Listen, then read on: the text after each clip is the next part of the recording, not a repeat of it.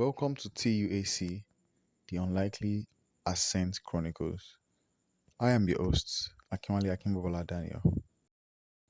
Picture this: you're sitting on your bed, it's late, your phone buzzes. It is a text from someone you love, either a parent, a best friend, or a partner, and it says three words that could stop your heart for a second. You have changed. No congratulations, no I'm proud of you, just disappointment. That feeling right there, that mix of guilt, confusion, and maybe a little anger, that is what we are calling growth versus guilt. I remember exactly where I was when my phone buzzed. It was a text from a close friend. It said three words: "You have changed." My stomach dropped, and I felt guilty, even though I hadn't done anything wrong. That guilt stayed with me for months. This episode is about why that happens and how to finally let it go.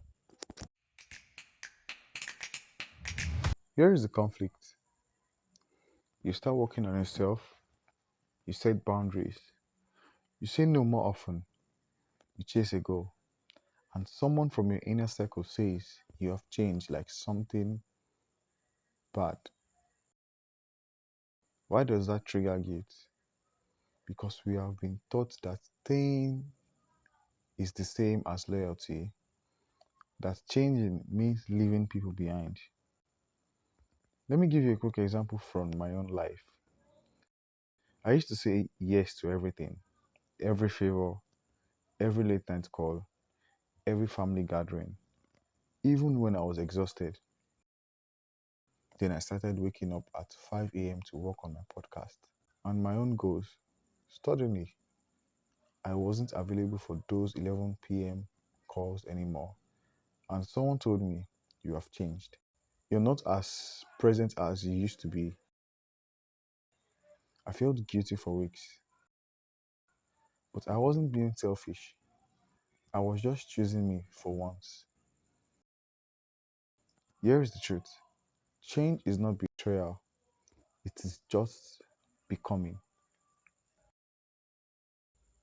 Let me break down where this comment usually comes from: family, friends, partners.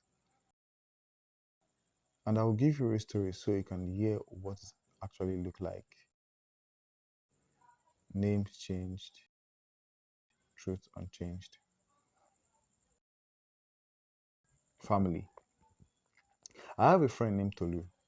She grew up in a very traditional Nigerian household.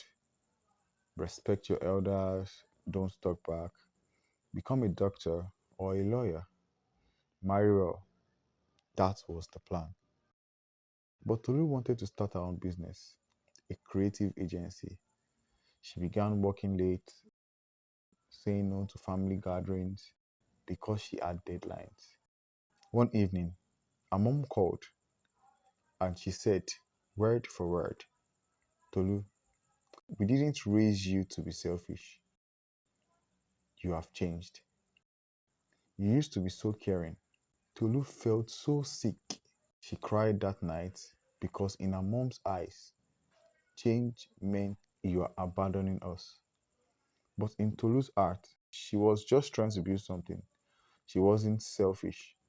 She was stretched. The guilt sat on her chest for weeks. She almost shut down her business just to make her happy again. Or in between friends. Now let me tell you about Chidi. Chidi and his best friend Emeka grew up together in Port Harcourt. Same street, same school, same dreams. But Chidi got a scholarship to study abroad. Emeka stayed back. When Chidi returned 2 years later, he had new ideas, new ways of speaking, new confidence, and he invited Emeka for a drink. And Emeka looked at him and said, half laughing, half serious. Ah, Chidi, you think you are better than us now, Abi? You have changed though. Chidi laughed it off at first, but the comment followed him. Every time he shared an idea, Emeka would roll his eyes. Every time he dressed well, Emeka would say, "Big man from abroad." The guilt crept in. Chidi started dumbing himself down. He stopped wearing expensive clothes and bought cheaper clothes so that Emeka wouldn't tease him. He stopped sharing his wins. But here is what he realized later. Emeka wasn't us because Chidi changed. Emeka was us because he hadn't. And that jealousy hid behind the words, "You have changed." Or in between partners. Let's talk about Adaeze. Adaeze was in a 3-year relationship with a man named Dapo. In the beginning, she was very soft. She didn't speak much. She lets him make most of her decisions. But Adaeze started therapy. She began reading about boundaries, self-worth, emotional independence. She started saying no when Dapo wanted to counsel her plans. One night, Dapo looked at her and said, quiet and coldly, "You're not the woman I fell in love with. You have changed, and not in a good way." Adaeze felt her heart crack. She spent weeks asking herself, am I becoming mean? Am I pushing him away? But then she realized I wasn't becoming mean. She was becoming wall. Dapo wasn't afraid of losing her. He was afraid of losing control over her. The guilt she felt wasn't hers to carry. It was the weight of outgrowing someone who wanted her to stay small. In each case, the guilt felt real. But ask yourself, is their disappointment more important than your peace? For me, the guilt started to fade when I remembered a specific conversation.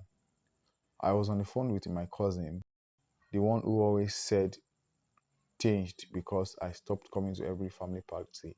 And then that night, I didn't have a big dramatic breakthrough. I just stopped explaining, stopped overthinking. The next time someone said you've changed, I didn't defend myself. I just said, maybe, and I kept moving. The shift wasn't loud, it was quiet. One day, I just stopped apologizing for becoming. I realized I could love someone and still outgrow their expectations. They don't have to come with me, and I don't have to shrink to keep them comfortable. If someone says you've changed, you feel guilt rising. If you take nothing else from this episode, remember this one sentence. You are not wrong for becoming who you are meant to be. Before we go, here is what I want you to hold on to. Change is not betrayal, growth is not selfish. And you've changed is often just another way of saying you're no longer convenient for me. If you have been carrying guilt for outgrowing someone or something, take a breath. You are not wrong for becoming who you are. You're just in your unlikely ascent. That is it for this episode of the Unlikely Ascent Chronicles, TUAC. And if it hits home, share with someone who needs to hear it. I'm Akinwale Akinbobola Daniel. Keep climbing. TUAC out.